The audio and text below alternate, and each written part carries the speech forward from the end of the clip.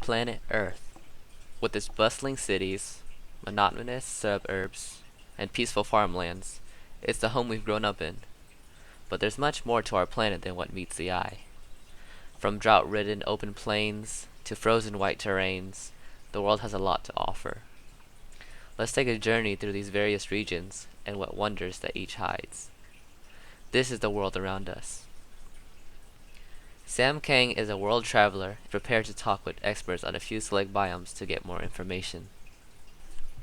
Antarctica, the southernmost frontier of our planet. This entire hidden continent shares a single, frozen biome with many unique qualities found nowhere else on Earth. Antarctica is the southernmost region of the Earth, where the soil is rocky, dry, and covered in ice. Sunlight is only present for some months and it is unavailable for certain months. The temperature is freezing year-round and can get as low as negative 89 degrees Celsius in the winter. So I decided to talk to Yareli Vasquez, the expert on Antarctica, to find out more.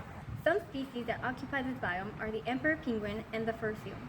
Emperor penguins have excellent insulation in the form of several layers of feathers that can withstand very strong winds. These penguins have also developed social behaviors, allowing them to huddle in groups for protection when it's cold.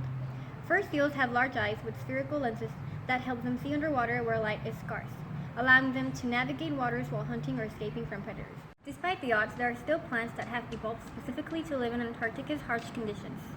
Lichens are able to photosynthesize while frozen and can absorb water vapor from snow and ice. Similarly, the Antarctic hairgrass can tolerate freezing temperatures without dying.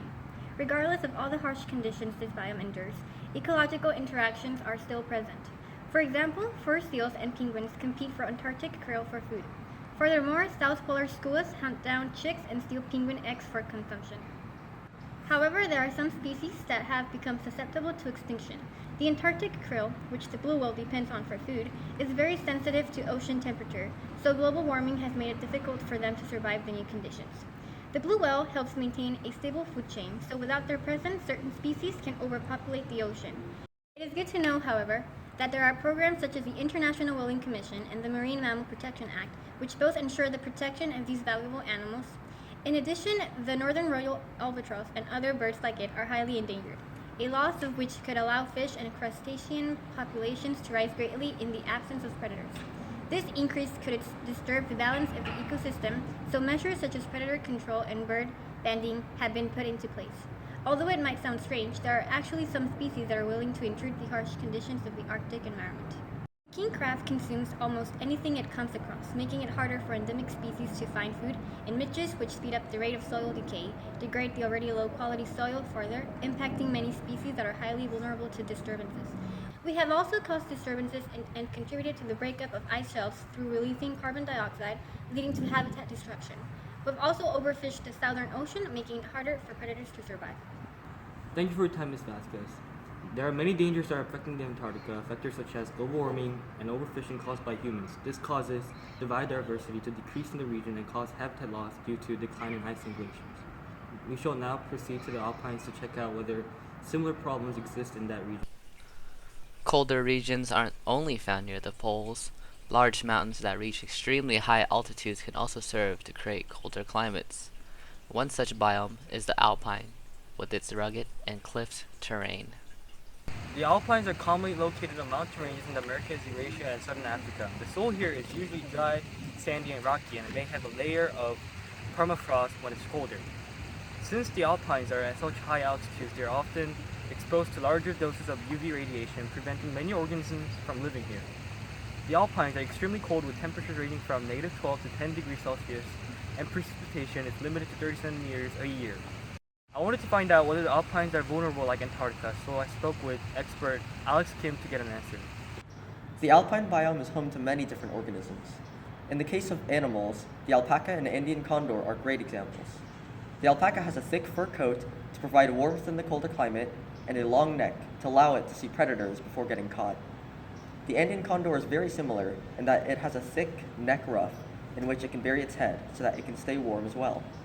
The alpine also has unique plant life, including the alpine phacelia, which has thick, woolly hairs to help retain heat and maintain productivity in the winter, and bear grass, which can persist on rocky terrain that's prevalent in the biome. Despite the harsh conditions, there are a lot of interactions that occur here. Egyptian plovers have a mutualistic relationship with buffalo in that they consume pests and insects that hide in the buffalo's fur. Meanwhile, the coyote and the red fox compete with one another for snowshoe hares, a common source of food.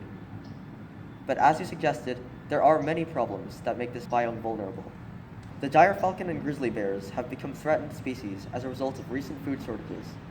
In both cases, a loss of these top predators can now allow for overpopulation of their prey, such as rodents, in coming years, which can then overconsume the plant life. However, measures have been put in place to help, such as the Gyrfalcon Conservation Project and the creation of Yellowstone National Park, both of which protect and monitor populations. Additionally, invaders have been introduced to many alpine biomes. Wild sheep have overgrazed the already limited grass and plant life, making it harder for native herbivores to find food. And weasels have viciously decimated small animal and bird populations, disrupting the natural balance of the ecosystem. Humans also have a hand in the disruption of this biome. River valleys have been converted into linear conurbations of concrete and asphalt, which have caused pollutants to enter the waterways. Mining and manufacturing efforts have increased in recent years, releasing pollutants into the air and destroying land and habitats, forcing many organisms to relocate or perish. Thank you for the interview, Mr. Kim. As was noted, many species of animals in this environment are constantly threatened for life, along with human interactions such as mining and manufacturing not helping either, thereby making the region one of the most vulnerable. However, there exists one more biome to check out that might have the possibility to be not as vulnerable as the ones we have seen. The vast, flat, and low-lying grasslands of the steppes are very different from both Antarctica and the Alpines, and host a variety of unique organisms and dangers. The steppes, which are typically found everywhere except Australia and Antarctica, generally have a dry soil, yet very fertile. The region experiences periodic flooding and does not have the ability to support large plants due to lack of support against the wind. The region has 10 to 20 inches of rain per year and has large variances in daily temperatures, which includes freezing nights and scorching days. I met with Hiba Ahmed to speak more about this biome. Some species that are known to reside in this biome are the Corsac fox and the Mongolian gerbil. The Corsac fox has adapted to the biome in which it has a fur coat that can change according to the seasons. When it is winter, its coat thickens and pales in color, mostly to retain heat, and during the summer, its coat thins to disperse the heat. The Mongolian gerbil is similar in a way as its coat also is thick to retain warmth. It also burrows underground, allowing it to avoid the extreme climate conditions above the surface. Plants in the steppes also have unique adaptations that aid in their survival.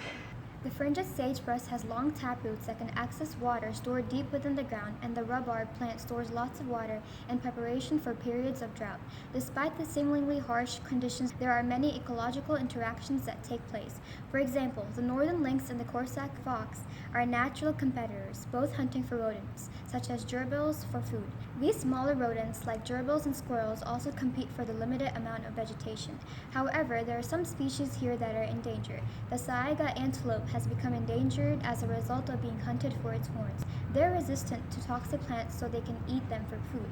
Without the saiga antelope, these toxic plants would overpopulate and outcompete other producers, lessening the food supply for animals non-resistant to the toxins.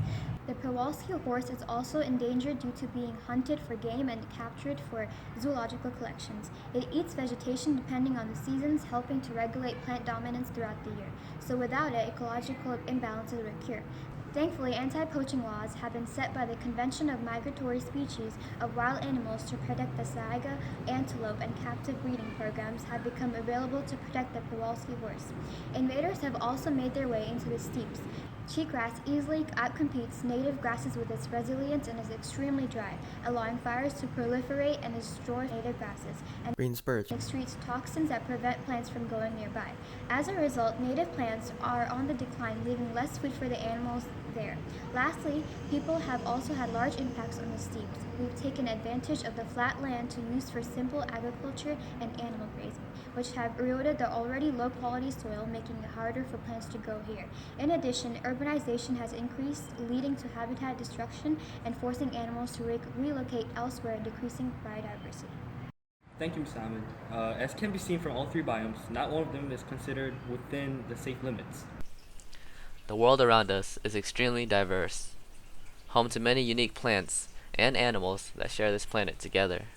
We should be careful and prevent catastrophes from befalling these numerous, vulnerable biomes, and observe the beauties that each beholds in awe.